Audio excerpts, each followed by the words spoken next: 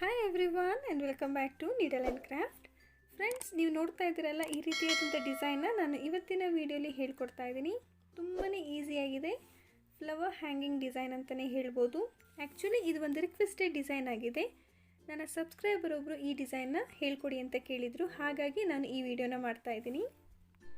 So ತಡ ಮಾಡದೆ ಇವತ್ತಿನ ವಿಡಿಯೋನ ಸ್ಟಾರ್ಟ್ ಮಾಡೋಣ. ನಾನು ಈ ಪರ್ಟಿಕ್ಯುಲರ್ ಡಿಸೈನ್ಗೆ ಕಮಲ್ ಕಡಾಯಿ ಥ್ರೆಡನ್ನು ಯೂಸ್ ಮಾಡ್ತಾಯಿದ್ದೀನಿ. ನೀವು ಅಷ್ಟೇ ಸಿಲ್ಕ್ ಥ್ರೆಡನ್ನು ಈ ಡಿಸೈನ್ಗೆ ಯೂಸ್ ಮಾಡಬೇಡಿ, ಕಮಲ್ ಕಡಾಯಿ ಥ್ರೆಡನ್ನೇ ಯೂಸ್ ಮಾಡಿ, ಆವಾಗ ಡಿಸೈನ್ ತುಂಬ ಚೆನ್ನಾಗಿ ಬರುತ್ತೆ. ಈ ರೀತಿಯಾದಂಥ ಸ್ಮಾಲ್ ಫ್ಲವರ್ಸನ್ನು ನಾವು ರೆಡಿ ಮಾಡ್ಕೊಬೇಕು.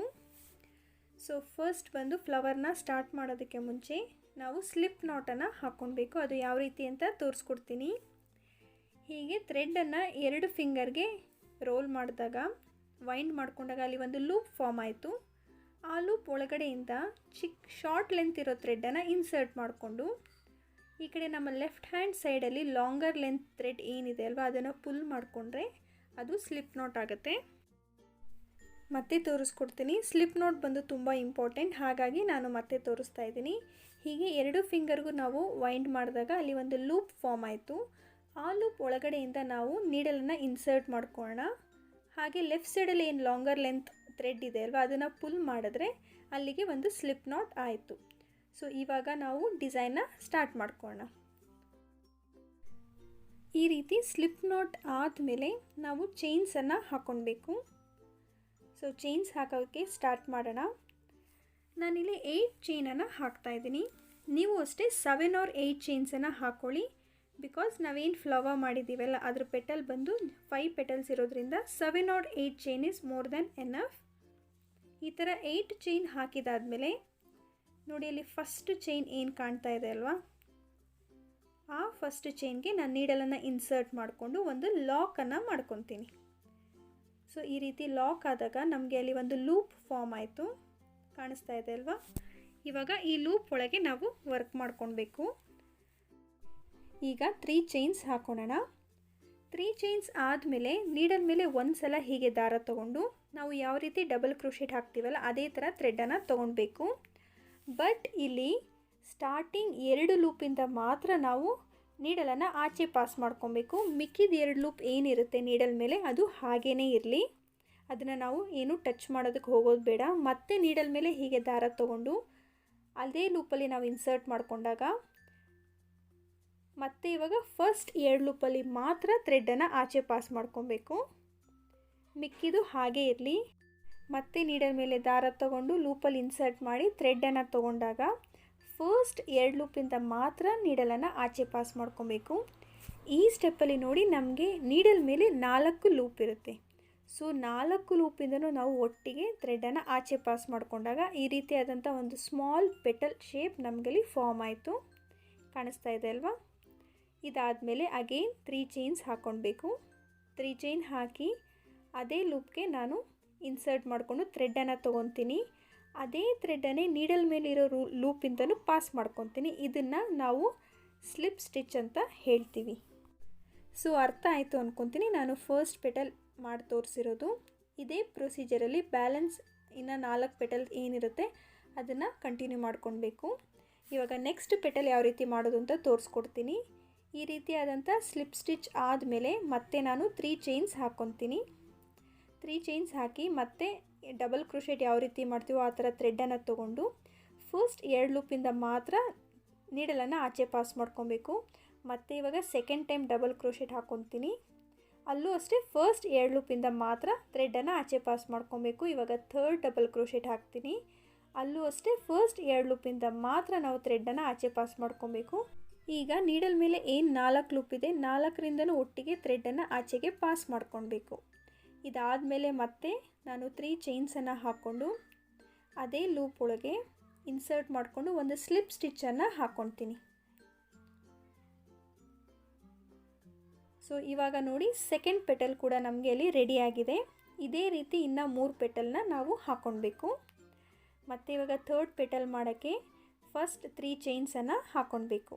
3 ಚೈನ್ ಹಾಕಿ ನಾವು ಹೇಗೆ ಡಬಲ್ ಕ್ರೋಶೆಟ್ ಹಾಕ್ತೀವೋ ಅದೇ ಥರ ಹಾಕ್ಕೊಳ್ಬೇಕು.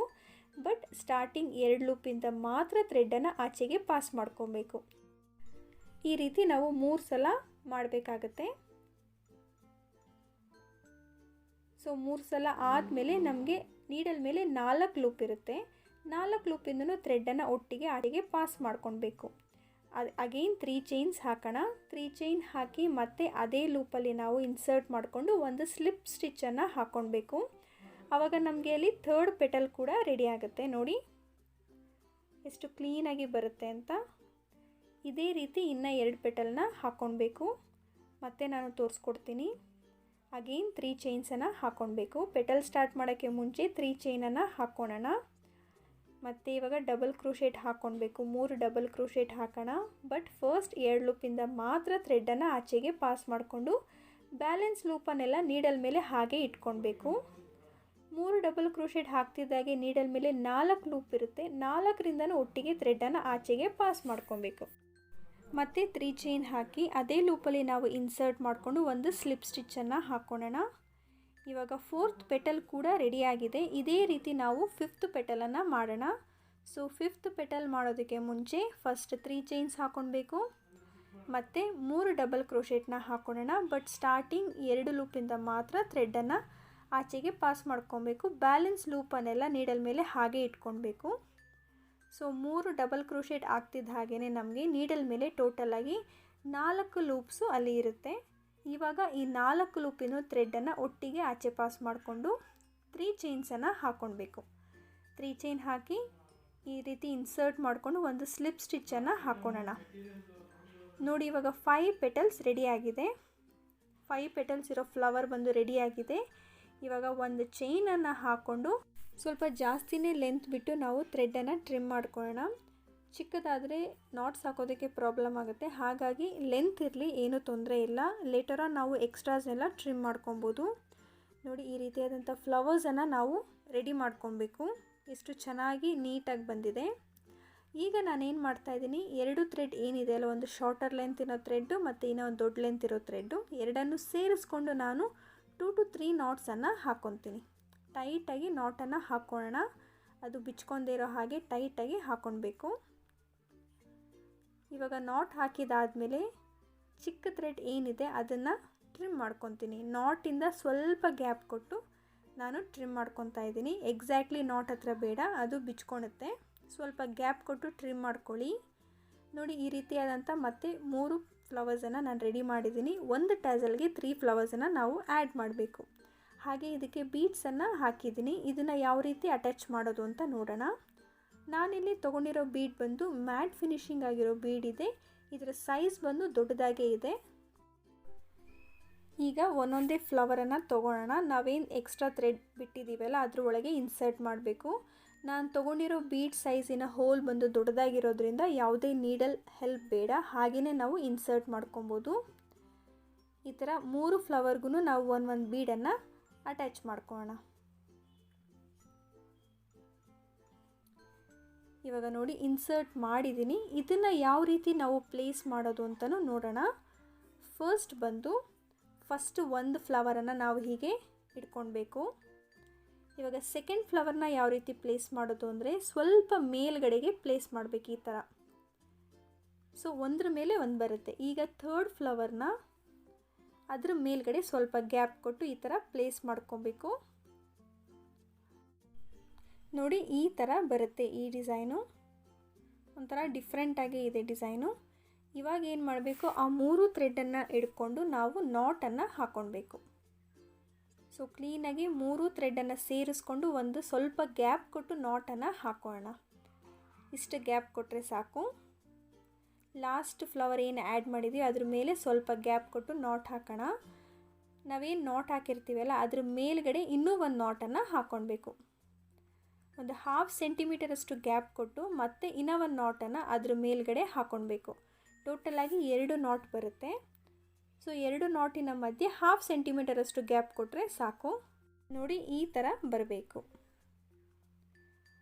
ಸೊ ಈ ಥರ ನಾವು ಟ್ಯಾಸಲ್ಸನ್ನು ರೆಡಿ ಮಾಡ್ಕೊಳ್ಳೋಣ. ಇವಾಗ ನಾನು 2 ಟ್ಯಾಸಲನ್ನು ರೆಡಿ ಮಾಡಿದ್ದೀನಿ. ಇದನ್ನು ಬಟ್ಟೆಗೆ ಯಾವ ರೀತಿ ಅಟ್ಯಾಚ್ ಮಾಡೋದು ಅಂತ ನೋಡೋಣ. ಬಟ್ಟೆಗೆ ಅಟ್ಯಾಚ್ ಮಾಡೋಕ್ಕೆ ನಾನು ಸೇಮ್ ಕಮಲ್ ಕಡಾಯಿ ಥ್ರೆಡ್ಡನ್ನೇ ತೊಗೊಂಡಿದ್ದೀನಿ. ಫಸ್ಟ್ ಒಂದು ಎಂಡಲ್ಲಿ ಒಂದು ಲಾಕನ್ನು ಮಾಡ್ಕೊಳ್ಬೇಕು. ಸೊ ಅಟ್ಯಾಚ್ ಮಾಡೋದು ಅಷ್ಟೇ ಈಸಿಯಾಗಿದೆ, ಜಾಸ್ತಿ ಕಷ್ಟ ಏನಿಲ್ಲ. ಒಂದು ಲಾಕನ್ನು ಮಾಡ್ಕೊಂಡ್ಮೇಲೆ ನಾವು 2 ಚೈನ್ಸನ್ನು ಹಾಕ್ಕೊಳ್ಬೇಕು.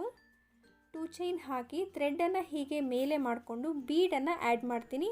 ನಾನು ಸೇಮ್ ಮ್ಯಾಟ್ ಫಿನಿಶಿಂಗ್ ಇರೋ ಗೋಲ್ಡ್ ಬೀಡನ್ನೇ ತೊಗೊಂಡಿದ್ದೀನಿ. ಸೊ ಬೀಡನ್ನು ಆ್ಯಡ್ ಮಾಡಿ ಮತ್ತೆ ಬೀಡನ್ನು ಲಾಕ್ ಮಾಡಬೇಕು. ಬೀಡ್ ಲಾಕ್ ಆದಮೇಲೆ ಮತ್ತೆ ಇವಾಗ 2 ಚೈನ್ಸನ್ನು ಹಾಕ್ಕೊಳ್ಳೋಣ.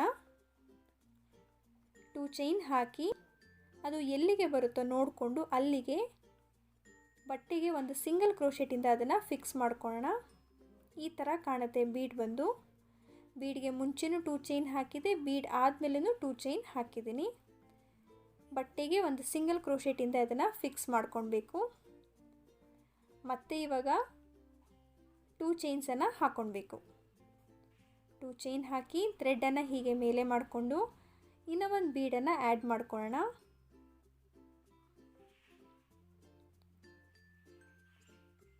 ಬೀಡನ್ನು ಆ್ಯಡ್ ಮಾಡಿ ಬೀಡನ್ನು ಲಾಕ್ ಮಾಡ್ಕೊಬೇಕು. ಬೀಡ್ ಲಾಕ್ ಮಾಡಿಕೊಂಡು ಮತ್ತೆ ಇವಾಗ 2 ಚೈನ್ಸನ್ನು ಹಾಕ್ಕೊಳ್ಬೇಕು. ಇವಾಗ ಅದನ್ನು ಪ್ಲೇಸ್ ಮಾಡಿ ಅದು ಎಲ್ಲಿಗೆ ಬರುತ್ತೋ ನೋಡಿಕೊಂಡು ಬಟ್ಟೆಗೆ ಅಲ್ಲಿಗೆ ಒಂದು ಸಿಂಗಲ್ ಕ್ರೋಶೆಟಿಂದ ಅದನ್ನು ಫಿಕ್ಸ್ ಮಾಡ್ಕೊಳ್ಳೋಣ. ಈ ರೀತಿ 2 ಬೀಡ್ಸನ್ನು ನಾವು ಫಸ್ಟಲ್ಲಿ ಆ್ಯಡ್ ಮಾಡ್ಕೊಬೇಕಾಗುತ್ತೆ. ಇದಾದ ನಂತರ 2 ಚೈನ್ಸ್ ಹಾಕಿ ಅದು ಎಲ್ಲಿಗೆ ಬರುತ್ತೋ ನೋಡಿ ಒಂದು ಸಿಂಗಲ್ ಕ್ರೋಶೆಟಿಂದ ಅದನ್ನು ಫಿಕ್ಸ್ ಮಾಡ್ಕೊಳ್ಳೋಣ. ಸೊ ಅರ್ಥ ಆಗ್ತಿದೆ ಅಲ್ವಾ ಫ್ರೆಂಡ್ಸ್? ಅರ್ಥ ಆಗ್ತಿದೆ ಅಂತ ಅಂದ್ಕೊತೀನಿ. ಏನಾದ್ರು ಡೌಟ್ಸ್ ಇದ್ದರೆ ಪ್ಲೀಸ್ ನನಗೆ ಕಾಮೆಂಟ್ ಮಾಡಿ. ಮತ್ತು ಅದ್ರ ಪಕ್ಕದಲ್ಲೇ ನಾನು ಇನ್ನೂ ಒಂದು ಸಿಂಗಲ್ ಕ್ರೋಶೆಟ್ನ ಹಾಕ್ಕೊತೀನಿ. 2 ಚೈನ್ ಹಾಕಬೇಕು ಮತ್ತು 2 ಸಿಂಗಲ್ ಕ್ರೋಶೆಟ್ನ ಹಾಕ್ಕೊಳ್ಬೇಕು. ಇವಾಗ ಥ್ರೆಡನ್ನು ಮೇಲೆ ಮಾಡ್ಕೊಳ್ಳೋಣ. ನಾವೇನು ರೆಡಿ ಮಾಡ್ಕೊಂಡಿದ್ವಿ ಅಲ್ವಾ ಟ್ಯಾಸಲ್ಲು, ಅದನ್ನು ಇವಾಗ ಇನ್ಸರ್ಟ್ ಮಾಡಬೇಕು. 2 ನಾಟಿನ ಮಧ್ಯಕ್ಕೆ ಹೀಗೆ ಕ್ರೋಶೆನ ಇನ್ಸರ್ಟ್ ಮಾಡ್ಕೊಳ್ಳೋಣ.